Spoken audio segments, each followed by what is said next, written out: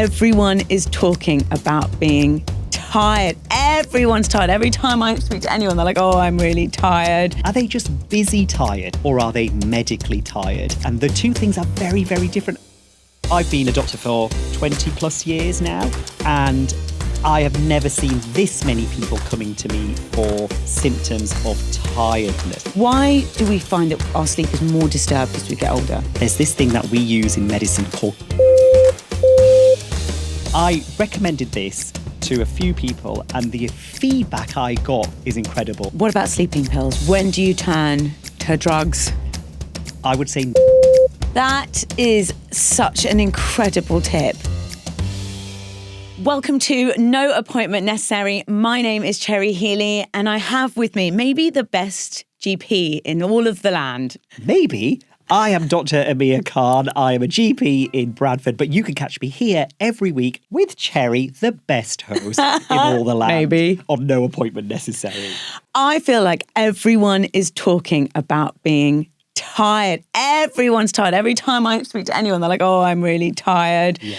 Can we talk about fatigue, tiredness, sleeplessness, disturbed sleep? I think we really need to get to grips with this. There's a lot. Tired all the time is one of the most common symptoms my patients come and see me for. They want tests, they want investigations, they want answers. And actually, it's not always as straightforward as they believe it to be. It's not a case of just doing a blood test and finding a deficiency and correcting it. It's not like that. You have to really look at the causes of their tiredness. Are they just busy tired? Have they got a lot on their plate that needs addressing? Or are they medically tired? And the two things are very, very different. And the management, I think, for busy tired is much harder than for medically tired, where I can just give them something. Are we getting more tired than we used to be? And why, if that's the case? It certainly feels that way as a doctor. You know, I've been a doctor for 20 plus years now, and I have never seen this many people coming to me for symptoms of tiredness. Now, remember, tiredness is a really vague symptom. It can represent lots of different things. So it could be stress, it could be mental health issues. There's lots of, it could be a physical health issue. It could be even something really serious like a cancer. So when patients come and see me about it, it's important that I ask them the right questions. And the first question I always ask them is, why do you think you're tired? And that gives me a good idea. So if they go, well, no, I'm sleeping through the night, I'm not stressed, I'm eating right, I'm drinking plenty of water, then I'll go, okay, well, let's have a look at this from a medical point of view. But most people are not doing those things. Most people are really busy with work or caring for kids or older people. They then have not just that family balance and work balance life, screen time as well. Okay. Running into bed, nightmare. First thing in the morning, nightmare. They're not having a proper sleep routine. I think we've lost the art of a proper sleep routine. When do you go and see your doctor? If you are busy tired and you've had a couple of good nights' sleep, you should feel fine again. You should feel refreshed. If you are sleeping well and you still wake up feeling tired and not refreshed, that needs investigating. What are the most common causes of tiredness and fatigue? So outside of mental health, so we always ask about stress and depression because tiredness and fatigue is a big symptom of feeling low and depressed because depression robs you of your motivation to do anything, really. It's really hard. And so we talk about mental health, first of all. Once I am confident that it's not a mental health issue, I will look at a physical health issue. And then we have a set of bloods, actually, that we call tired all the time bloods. Yes. Feels a bit passive-aggressive. Tired all the time. TATT. We don't even write it down. TATT. Yeah, That's a swear word. Oh, he's coming. He's all tatty. No, but you just put that on the blood form and the... I bet you do it in aggressive caps lock. Always capital. TAT. Exclamation mark or question mark. Even worse. So bad. But what we look for is the most common thing, particularly in women, is anemia. So have they got low red blood cells? Now, when people hear the word anemia, they often think low iron. Right. Low iron is one cause of anemia. It's really common in menstruating women because they're losing blood. And lots of women don't know what's a normal period and what's a heavy period because heavy might just be normal for them. That's a whole other podcast. Oh my We will gosh. do that in a different episode. Post-it note. Right. So for menstruating women, iron deficiency anemia is one of the most common causes of tiredness, and in which case we give them a 3-month course of iron tablets to help replace it. And we talk to them about diet as well, and we look at managing their periods if that's something they would like us to do. There's different types of anemia as well. So anemia just means low red blood cells. It doesn't say what's causing that. So low vitamin B12 can cause it, something called pernicious anemia. This is relatively rare but important. So you need B12 to make healthy red blood cells. And if you have an immune system that attacks the cells in your stomach that helps you absorb B12, you don't absorb that B12. And that's called pernicious anemia. Can I ask the question, actually? Yes. Why do low red blood cells make you tired?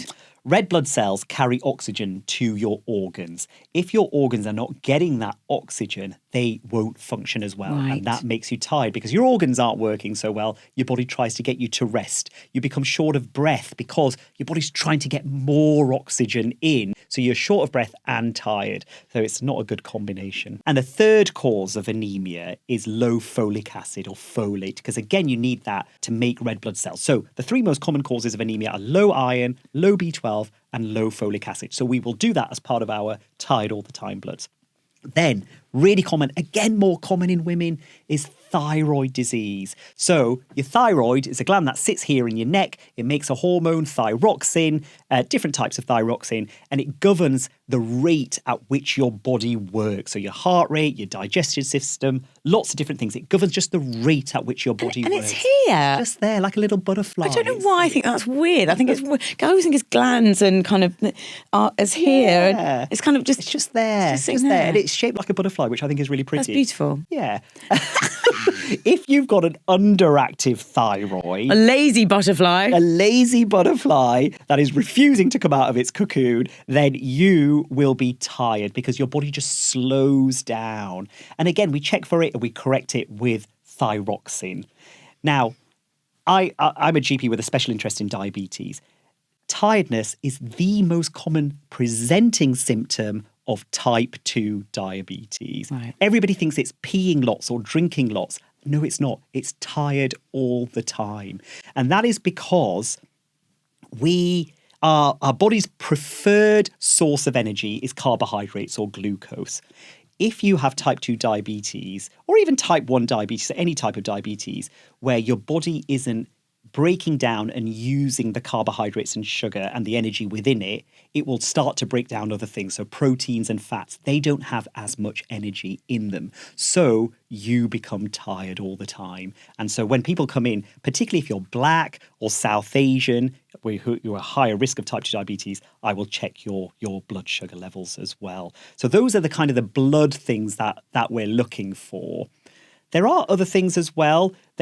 There's more kind of long-term complex causes of tiredness. So anyone who's heard of chronic fatigue syndrome, which is now called myalgic encephalomyelitis, or ME, it's a really complicated condition. We don't know what causes it. Often it's after a viral infection of some sort, and your body just doesn't have as much energy in it. So it's almost like your battery isn't able to recharge after rest. So even though you sleep and sleep and sleep, you've got this overwhelming fatigue. And there's lots of people who suffer from it, and it's so debilitating for them.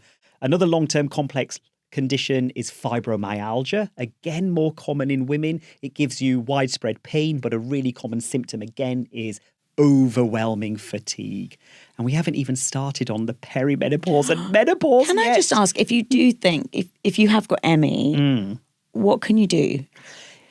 I would always ask, because it's such a poorly understood condition, I would ask to be referred to see a specialist. There's very few medication out there that will help with these chronic fatigue syndromes. And ME comes under this umbrella of just overwhelming fatigue. We don't have any medication that really will boost your energy levels. It's about working around your symptoms. So you will have good days and bad days with ME. on your good days. Don't overdo it because that will make things worse, but just do what you can do. On your bad days, understand that this is a bad day. You can't do anything, and it's more about getting other people to understand. There is some psychological therapies, cognitive behavioral therapy, which we refer into so people can better understand their symptoms and how to work alongside them. But the management is really rubbish. More investment and research into something. Before we go on to sleep routine and what we can do to get more sleep, can we touch upon perimenopause and menopause and just getting older in generally for men and women? Totally. Why do we find that our sleep is more disturbed as we get older? So there's a debate out as to whether older people need less sleep. You know, the general rule of thumb is 7 to 9 hours a night of undisturbed sleep. There's some research and evidence to suggest that actually older people might need less sleep, but we don't know that. We don't know that for sure. The perimenopause and menopause is a nightmare for sleep because, well, a lot of different things, but hot flushes in general are the biggest waker-upper, aren't they, for women who are going through the perimenopause. So your temperature regulator system in your brain is affected by fluctuating levels of estrogen, and so it doesn't know whether it's coming or going, and so you get these hot flushes that wake you up through the night. I mean, one of my friends said it's like waking up and you're in a microwave. Yeah. I mean, you're going to wake up, aren't you? Someone puts you in a frying pan in the middle of the night. You're going to be like, oh, I'm awake. Yes. And it's really hard to get back to sleep. What is the connection between perimenopause and energy levels? Because some people seem to have lots and other people really struggle. I think it's multifactorial. So the hormonal changes around the drop of estrogen can affect energy levels. It can affect how well your body breaks down glucose, how it metabolizes things. So that will vary from person to person depending on what their estrogen levels are doing. But remember, around the time of the perimenopause and menopause, it's a really stressful time for a lot of women. You know, kids might be going off to university or becoming teenagers. We've talked about that before. They may be caring for elderly people. They're often at the peak of their career around their 40s as well. There's a lot of things factoring in that cause stress. And then you've got hot flushes and you've got fluctuating hormones. All of that makes the perimenopause and menopause a really tricky time for a lot of women. And I always have to say, if you're struggling with menopause symptoms, go and see your doctor and think about HRT, because that is the first line treatment for the symptoms of the menopause. But yes, those are the main causes of tiredness around that age. Why do we yawn? I'm really yawny, and it really annoys Paddy McGuinness when we're filming with him. I'm a yawny person. When I get cold, I yawn. Yeah. And he's always like, "You're so, what are you doing?" Can I tell you something? Just very we don't yawny. Actually know why we yawn. We think it's like a reset of your body trying to reset things to give you a bit more energy. But I don't think that, nobody actually knows why we yawn. Is it because you're incredibly smart and radiant? I think yawny Beautiful, people, talented. It's one of those things that comes with being radiant. So we don't know why we yawn. We don't know why we yawn. Is exercise a help or a hindrance when it comes to tiredness and fatigue? It depends on when you do it. Oh. So exercise is good in that it will help with energy levels in general. It does give you an energy boost and it helps you break down more of your carbohydrates and glucose. So they helps you release energy. What you don't want to be doing is intensive exercise less than 2 hours before bed. Right. Because that, I would even say a bit longer, but definitely a minimum of 2 hours, because that it keeps your heart rate going, it keeps your adrenaline high, and it makes it really hard to sleep. So if you're going to go for a post-work run, go straight away. Yeah. Don't get back and stop. Yeah. Really do that as quickly as you can. Definitely. And give it, time before you get to bed. But a strict bedtime routine. I know I sound like I'm babying people here, but a strict bedtime routine is so important. We are designed to have a bedtime routine, and modern life has stripped us of what we've evolved to do when it comes to going to bed. What is an elite bedtime routine? Now, does it involve biscuits? It does not involve biscuits. For God's sake. For God's sake. But you can have a warm, milky drink without caffeine in. I love a warm... I know I look really rock and roll, and so this might surprise you, but I absolutely love warm milk. provided it's not going to make you go to the loo, what milk has in it is something called tryptophan. It has very tiny amounts of it in, but that is the chemical that helps you, when you're breastfeeding, bond to your mum and give you that soothing feeling. So when you drink it in warm milk, the levels are very low, but there's a theoretical help that it will make you feel soothed and relaxed and close to other people. Yeah. So a warm milky drink is a good idea. I would say get rid of your screens 2 hours before That's very bed. difficult. I know it's hard. We are not designed to have that level of stimulation and then go to sleep. We're not. But what about all the raccoon videos? Who's going to watch those, Dr. That's going to be a lunchtime activity. It can't be a bedtime activity. There are so many to watch. So I was terrible. I'll be honest with you. I was terrible at taking my phone to bed, having it on the side of the bed. I had a book that I was supposed to read, but I'd just go on my phone and I would watch video after video after video. Some of them funny, some of them horrible. Right. And it would just alternate between ha ha ha and then like bone crushingly horrendous. And I wasn't sleeping at all. I've completely transformed my bedtime routine now. I still could do better. So exercise I try and do either straight after work or at lunchtime if I can get it in. Yes. And I do go for a run first thing in the morning. So I get all my exercise out of the way fairly early on. I now have a analog alarm clock in my room. I know. Oh, I know. So 90s. Wow.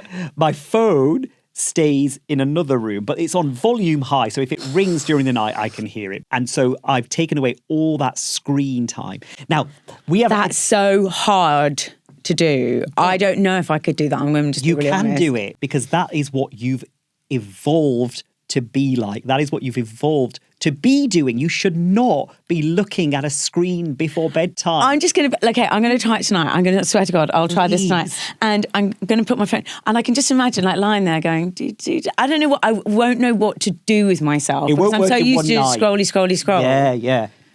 Give it 2 weeks. I promise you. Anyone watching this, I'm telling you right now, I was literally addicted to my phone before bedtime. So much so, I wasn't interested in any of my other relationships. Right. I just wanted to be on my phone all the time. I was awful.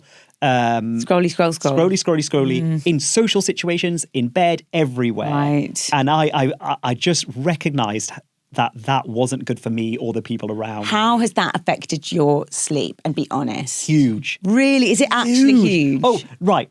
I can't even describe how good it's been. I fall asleep quicker. I stay asleep through the night. And I wake up and I feel really smug saying this, but this could be you too. I feel really smug. You could be smug. No, tell us. No, because you're very bright-eyed and bushy-tailed, and I definitely am quite a yawny person.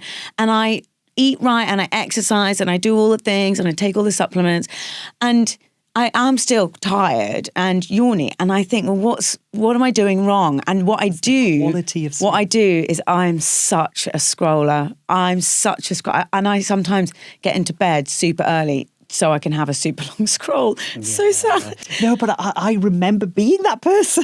You can come and join me, Gary, on this side. Take me to the light side. And I do think, gosh, how much is that affecting my quality of life? If you're worried, if you're watching this, you're going, well, I can't put my phone in another room because A, I don't have another room, or B, someone might call me through the night. Put your phone on the other side of the room in a drawer or something where you can't see it light up. I'm going to say to you now, and I can feel sick, or that's addiction, isn't it? I'm actually trying to work out whether I can get away with lying to you. That's addiction, isn't it? It's totally. Isn't that weird? My brain is already going, I'm going to tell you I'm going to do it, but I don't think I'm really going to do it. You are. That's really interesting. I think I'm even more addicted than I think I am. Yeah. I don't even know if I can really do this. I'm going to really try.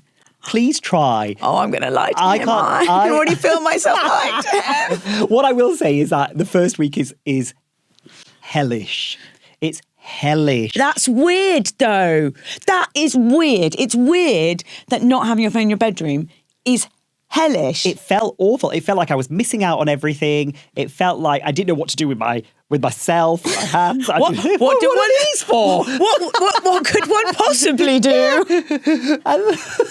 And it was just, and it's like, I have to talk. And I have to sit with my emotions and think about what I wonder sometimes whether I scroll because I just don't want to think about what's happened in the day. Yeah. It puts me in a state of numbness, whereas actually it's probably really useful to have a bit of time before bed downloading my thoughts and figuring out emotions and processing what's happened in the day. Yeah. I put my phone down and everything that I'm supposed to have done starts happening. I plan lists for the day. I worry about talking over Susan at the lunch party. Sorry, Susan. And actually I do that when I turn my light out. Yeah. That's not the time to be processing. When your mind goes. So yes, definitely screens are one thing, but also your whole bedroom is important as well. So your bedroom should be relaxing. You shouldn't have lots of work paraphernalia lying around that can stress you out, lots of clutter that can stress you out as well. It has to be a relaxing, warm environment. Do you make sure you don't take your stethoscope? You don't want any work stuff? Depends what's going on in the bedroom, but... Is it a luxury afternoon? It's a luxury afternoon item. But actually, saying that, we always say in medical school, the bedroom is just for sleep and sex only. Wonderful. Nothing else. Wonderful. Do you think TV in bedroom or not? I love my TV in my bedroom. No, it's the blue light. It will just confuse your brain. Is that just as bad as doing the scrolly scroll? It's probably not as stimulating as those short videos that we see, but the light coming off the TV, depending on what you're watching as well, but it will just trick your brain into thinking it's not nighttime yet. I like to keep mine quite cool. I have a window open. Temperature is key. Right. So the ideal temperature for a bedroom for sleeping for adults is about between 17 and 19 degrees. So what actually happens is when we go to sleep, our body temperature naturally drops. And so that cooling mechanism helps us get off to sleep and stay asleep. If your bedroom is too hot, then that cooling mechanism won't take effect and you'll find it harder to get off to sleep. If your bedroom is too cold, then your body uses energy trying to warm up. So you'll wake up every so often cold and trying to wrap yourself up. We are fussy little things, aren't we? are. God, if you're used to scrolling just before you go to bed, that kind of cold turkey turning out the lights can be a bit of a rough ride. How do we gently ease ourselves into sleep? And also, if you listen to meditation on your phone, you can't have your phone with you. I would, if there's anything on your phone that stimulates you with bright lights, you've got to get rid of it. If it's just the sound of meditation, that's okay. And if it helps you get off to sleep and it's just sound, that's okay. But if you really want a helpful technique to get off to sleep, there's this thing that we use in medicine called cognitive shuffling. And the idea behind it is lots of people are awake because they're thinking about things like planning the next day, or they're anxious about something, or they're thinking that I've got to do this and I've got to do this and I've got to do this. And that keeps you awake. What you want to do is occupy your brain with thoughtless thoughts. Now, let me explain. Yes, I know. Cognitive shuffling just gives your brain random things to think about that aren't stressful and can be quite calming. So the best thing to do is go through the letters of the alphabet. Start with the letter A. Think of all the names beginning with A. Then move on to B. Then move on to C. I promise you won't get past E or F. You'll be asleep. So you could do it for food. You could do it with places, items of clothing. Yeah, totally. It's cognitive shuffling. It's evidence-based. And I recommended this to a few people, and the feedback I got from, oh my God, this works and I've tried lots of different things, is incredible. So lie in bed, close your eyes, letter A, Alfred, Andrew, Anthony. As many as you can go through, move on to B, C, D. That is such an incredible tip. Okay, I'm going to try that. Phone in the spare room, cognitive shuffling, nice cool temperature, tidy, calm room. We call it sleep hygiene. It doesn't work. Nothing works immediately. So don't go 1 or 2 nights. Oh, well, that didn't work. I'm not going to try it again. 2 to 4 weeks is the average time it takes for a sleep. Don't roll your eyes at me, Jerry. 2 to 4 weeks it takes for a sleep routine to take hold. And it's the giving up. Then you'll be back at the beginning. Keep going. Well, I take all these supplements and do all these things to feel good. And I totally scupper it with scrolling raccoon videos. Oh. Enough. Cognitive shuffling. That's what Done. you need. Can we talk about disrupted sleep? Some people wake up to go for a wee, or if you're perimenopausal, it's 4 a.m. because your hormones are playing monkeys. And often people will get up and they just can't get back to sleep. Yeah. Why do people wake up? How do you get back to sleep? It's a number of things. So lots of people may just wake up themselves between the hours of 2 a.m. and 4 a.m. It's a really common time to wake up just randomly. And that is because our hormone cortisol, which is an essential hormone, lots of people associate with stress, and it is a stress hormone, but it's also a natural hormone, and it starts to go up. And as it rises, that is what wakes us up eventually, but it kind of starts rising around that time. That's incredibly unhelpful. It's very unhelpful. Why? But that kind of rise in cortisol around the 2 to 4 a.m. mark gets us awake. So lots of people go, well, I wake up at 3 a.m. every day and I don't know why. That is why. It's your cortisol levels that are going up. If you are waking up to go for a wee, maybe once a night, that's okay. That's normal. It can be normal as you get older. For women, it could be bladder issues and pelvic floor issues that might need addressing. For men, if you're going more than once, we need to think about your prostate. Is there a problem with your prostate? Have you got prostate cancer? Have you got age-related prostate enlargement? So we need to look at those things. We also need to think about things like diabetes as well, because that could be a symptom there. But all of those things, if you're waking up 2 or more times a night for passing urine, hot flushes, anything physical, go and see your doctor, because we can investigate and help those things. What about sleeping pills? When do you turn to drugs? I would say never. Wow. Never, ever use sleeping tablets. Wow. I know. I've got a very good friend who has Spanish sleeping pills that she gets when she goes to Spain. And she's got really bad insomnia, like proper insomnia. And so she does sometimes take one of those. Yeah. There'll be lots of people watching this going, well, I've got insomnia, I need sleeping tablets. Actually, what you need is probably cognitive behavioural therapy and psychiatric input to look at why you're not sleeping and what can be done. And that's the long-term, non-pharmaceutical method to treat insomnia.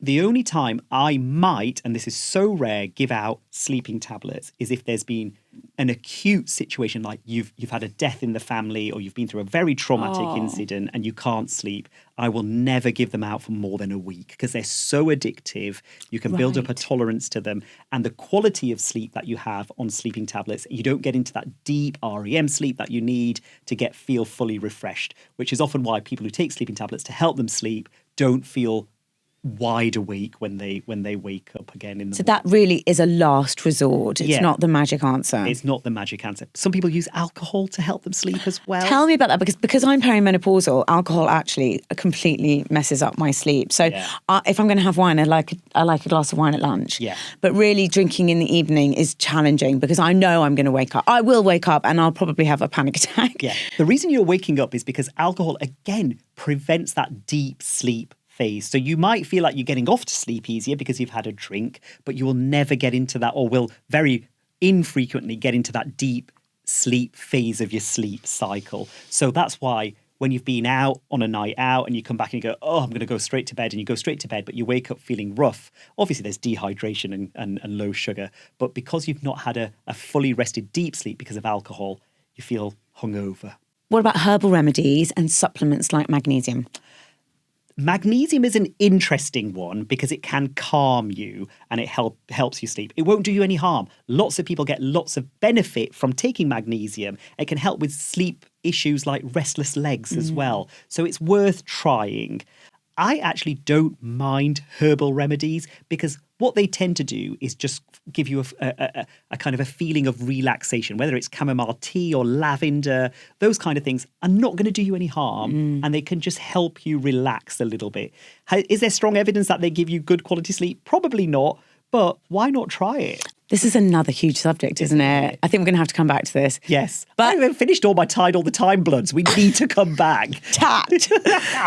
But now it's time for ChatGP. I'm groaning because I just don't know what you're going to ask me. My favourite bit.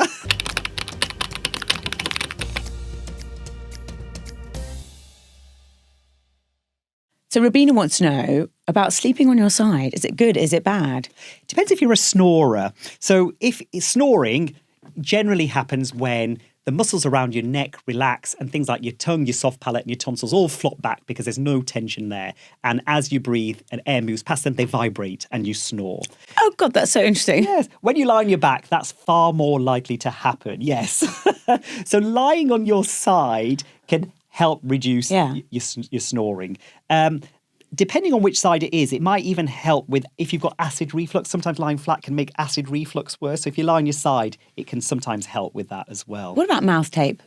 It's a weird trend, that one. Well, actually, at first I was like, what is this? But actually, it forces air up your nose rather than through your mouth while you're asleep. And nose breathing is better for you overall. We're going to talk about that in more detail going forward. Interesting. Because nose breathing is better for you. And that's how you're designed to breathe. So breathing through your nose, less snoring, better quality sleep. So mouth tape, I'm okay with.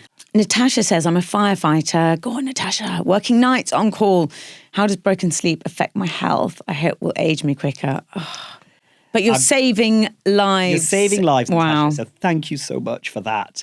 Now, shift work is one of the banes of my doctoring life because we, as human beings, aren't designed to work shifts and sleep at irregular intervals that shift work does. You know, we are designed to sleep through the night. That's what our body has evolved to do. Shift work is a modern thing. So yes, it's hard to give advice because sleeping through the day, sleeping at different times through the week, you're just not going to get a routine, and routine is key to sleep. How poor sleep quality affects your long-term health is huge. So it won't just age Natasha, unfortunately. It will increase her risk of type 2 diabetes because your insulin resistance rates go up. It can increase your risk of cardiovascular disease, that's strokes and heart attacks. And what we also know, because sleep, I think of it as like the ultimate cleaner of your brain. So all those kind of the waste products of your brain, it needs to get rid of them. And it also helps, you know, with brain function in terms of memory as well. But the cleaning is so important. People who don't sleep regularly and efficiently are at increased risk of Alzheimer's, dementia. Of course, yeah. So you've got to really have a think, you know, we need firefighters and we need Natasha to be a firefighter. But what needs to change is working patterns, isn't it? So perhaps it depends on how often she's changing shifts. So I think something needs to be done about that. My sister works in A&E and it's a similar thing, and it's just not what we're supposed to be doing. We should pay our frontline workers more. Agree. Right? Agree.